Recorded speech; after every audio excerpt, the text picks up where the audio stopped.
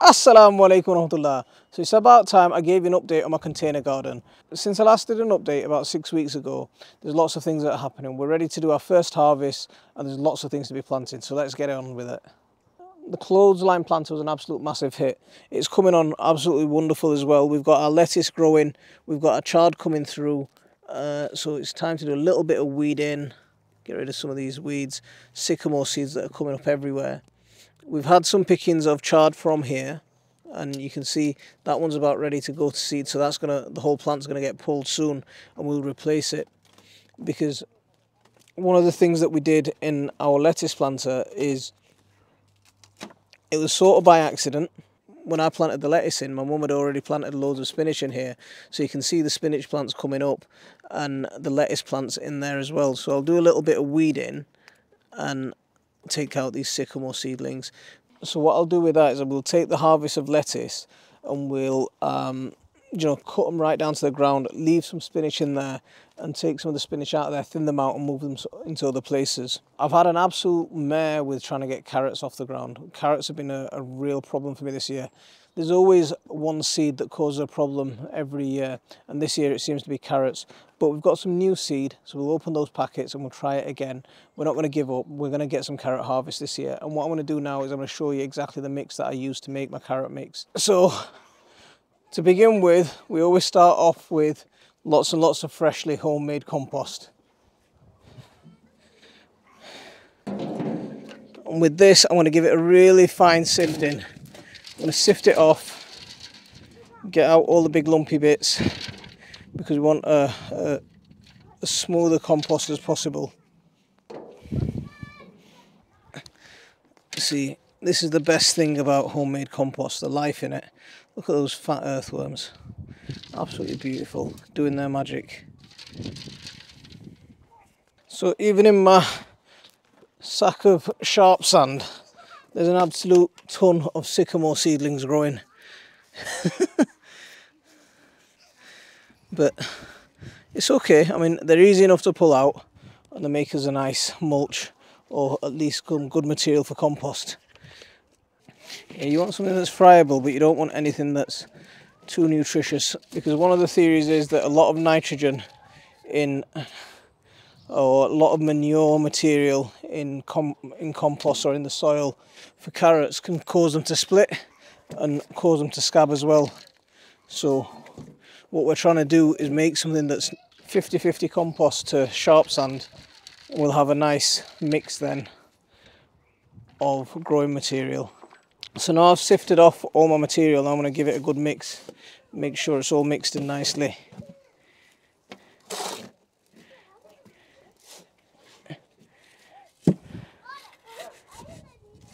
There we go. Soil levels dropped in this one, and so I'm going to harvest my first harvest of spring onions. There's a nice little bunch of spring onions there that'll go in a nice salad today. I start topping up our boxes with our carrot mix.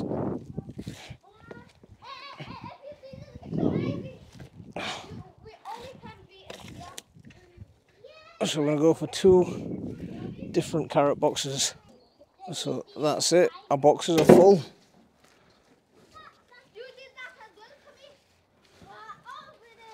And that's exactly the mix that I use, so 50% compost, 50% sharp sand, and jobs are good un. So I've got 2 varieties of carrots this time. I've got carrot resistor fly, which is supposed to be a carrot root fly resistant variety, and I've got this Norfolk F1. I've never grown Norfolk F1 before, but they're both a long carrot. So let's see, they're a main crop carrot. Let's get them sown and see how we get on.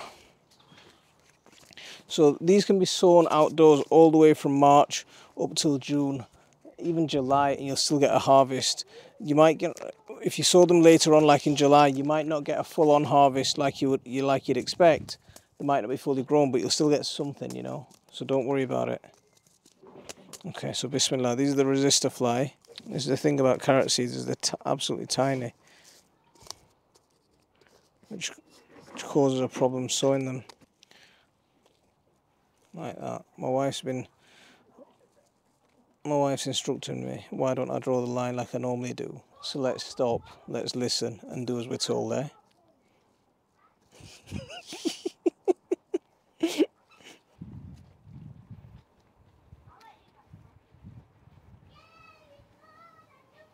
So I'm dropping a couple per hole or per drop, and that way I get them nice and spaced out and I don't waste seed. And just cover them up, use that same stick, just cover them up. The soil off the top of the furrows can go back in. Jobs are good, and that's it. So that's my resistor flying.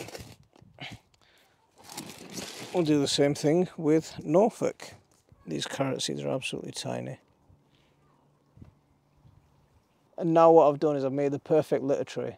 So if I leave these uncovered like this, tomorrow I'm going to come in, I'm going to find it all scratched up, and I'm going to find a massive pile of cat poo in here.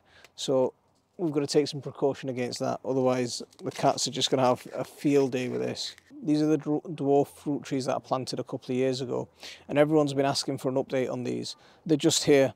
You can see the trees are coming on an absolute treat. The pear tree blossomed for the first time this year. I thought the fruit were going to set, but they haven't actually set. I thought we'd get one bunch of pears there, but I'm happy with the way it's coming on. Hopefully it'll blossom again next year and we'll get some fruit. The cherry tree, and this is, I think it's Porthos, and this one has actually set some fruit, so we've got some young cherries coming on.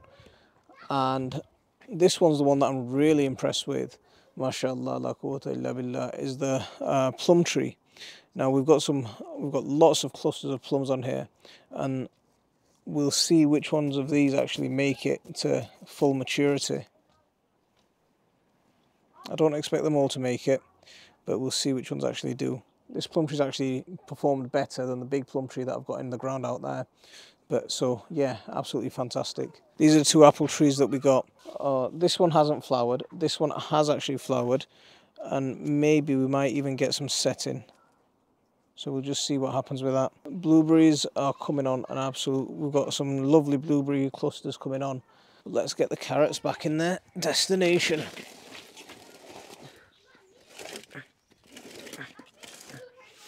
Let's move this plum out of the way, because one thing that's going to happen is we're expecting winds over the next couple of days, and I don't want the winds to blow all this fruit off the trees. So let's just move them to a bit more shelter behind the winds. Normally fly up this end of the garden and straight up, so if we give it some protection behind this shed, they should be okay. So I've got these plastic covers that I'm going to use to cover my carrot boxes. There's going to be two benefits. It's going to protect it from the cats, and because it's plastic and it's going to let light through, it'll warm the soil. But I better put something heavy on it so it doesn't blow away. So it's time to start planting in the bathtub planter. Let's clear back some of this cardboard. It's been protecting it all this year over winter.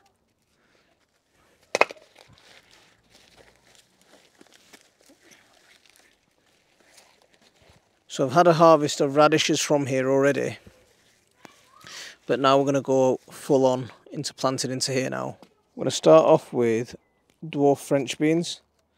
So if you look at them, if you look at the seeds, they're a lot smaller than full-size French beans. I just haven't had the time. What I wanted to do is I wanted to build like a canopy over here and have things growing up and over, but I just haven't had the time. It's just going to be one of those years where I'm going to have to make do with whatever I can do. So the way I'm going to do these is we're going to go for one at the back, and I'm going to plant them about a foot apart. As well as that, I'm going to go for, I've got a spare seed, I don't want to put it back in the packet, so I'm just going to find a hole for it. There we go, in. Now I've gone for a line of dwarf beans at the back, a line of dwarf beans at the front. Now they're going to last the whole season, right the way up until the end of autumn, start of winter. In the meantime, I want a couple of quick harvests from this pot. Down the middle of the bed, where I haven't got my French beans, and we're going to get some beetroot in. These are a variety called Pablo, and they're another F1 variety. The thing I love about beetroot and spinach and chard seeds is they're big, fat and knobbly, easy to handle, and they're great for sowing with the kids. We'll just go for one every sort of 4 or 5 inches apart. Much easier to plant than the carrot seeds. Soil over the top, good soil contact.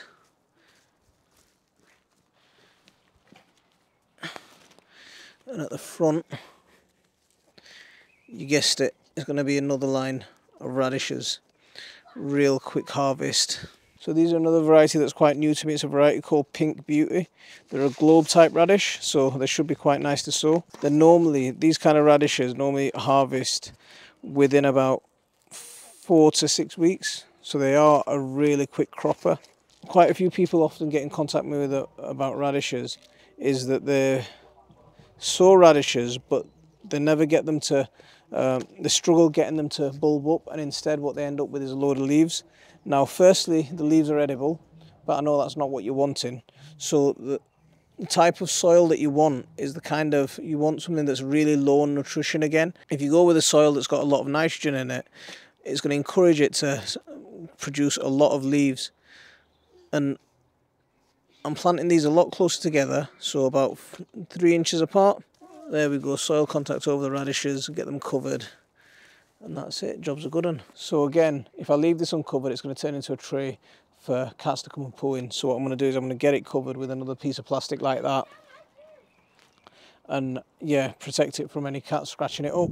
Our lettuces that we planted in the little planters are coming on quite nice, so we get our first pickings of lettuce probably today, or they're going to go in my sandwich during the week for work. And that's it. So the container garden is coming on an absolute treat. It's amazing. You'll be surprised at the amount of food you can grow in a small amount of space. Yeah, it's quite impressive. I hope you've enjoyed what you've seen. Thanks for watching. Don't forget to hit that like and subscribe for regular updates. If you want, share it out. If you want to support our channel, you could always become a patron. So I'm going to leave it there for this one. Assalamu alaikum wa rahmatullah.